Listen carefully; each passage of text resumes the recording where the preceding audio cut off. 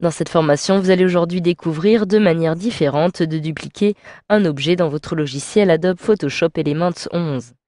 Alors tout d'abord, vous avez la possibilité de dupliquer un élément de votre photographie à l'intérieur d'un autre fichier, mais vous pouvez aussi, d'autre part, créer un effet de tampon à l'intérieur d'une même image. Donc, dans un premier temps, nous allons voir comment dupliquer une image dans un autre fichier. Alors dans un premier temps, il vous faut sélectionner cette image, cette partie de l'image que vous souhaitez justement dupliquer. En ce qui me concerne, je souhaite dupliquer cette petite fleur ici présente sur ma photographie. Je clique alors sur le petit cadre de sélection qui apparaît ici, comme vous pouvez le voir, et je sélectionne par exemple ce rectangle de sélection. Je réduis cette fenêtre en cliquant ici et je peux maintenant procéder à la sélection de ma fleur.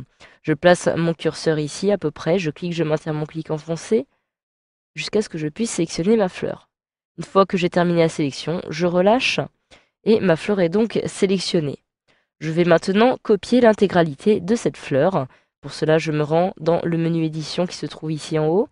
Je clique sur édition, puis sur copier où je peux aussi utiliser le raccourci clavier CTRL-C comme cela est indiqué ici. Et automatiquement, ma fleur a été copiée dans mon presse-papier.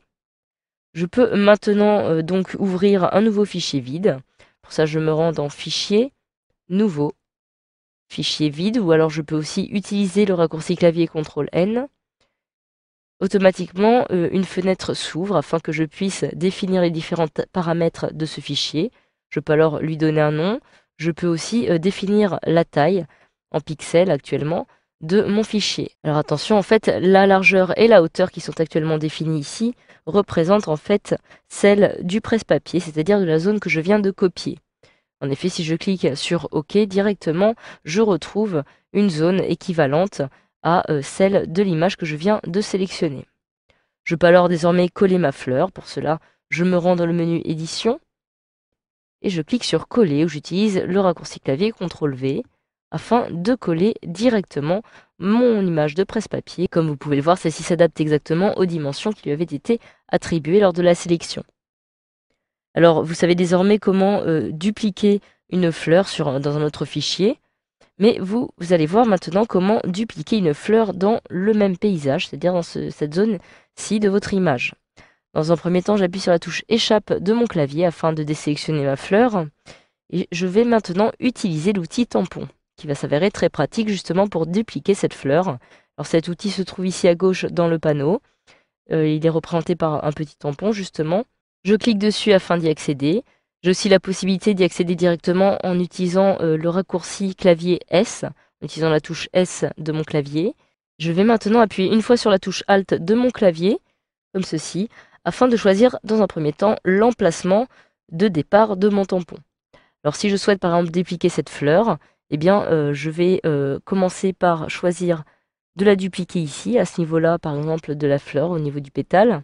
Je clique une fois dessus en maintenant la touche Alt enfoncée.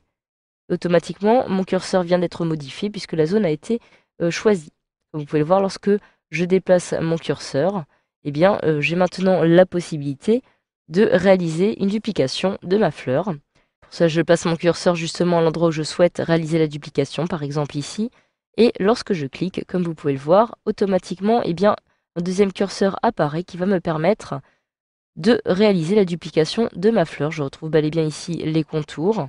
Je peux ainsi, dans un premier temps, me fier aux contours du pétale de ma fleur. Et une fois que j'aurai réalisé ces différents contours, je vais pouvoir, par exemple, aller un peu plus vite, comme ceci, afin de remplir l'intérieur de ma fleur. Alors évidemment, sur le panneau du bas, vous pouvez modifier la taille. Comme vous pouvez le voir, la taille est actuellement un peu petite, mais me permet justement d'être un peu plus précise. Et donc, la petite fleur est en train d'être recréée directement à droite de l'original, ce qui va me permettre justement de pouvoir recréer à l'identique la fleur dont je disposais sur ma gauche.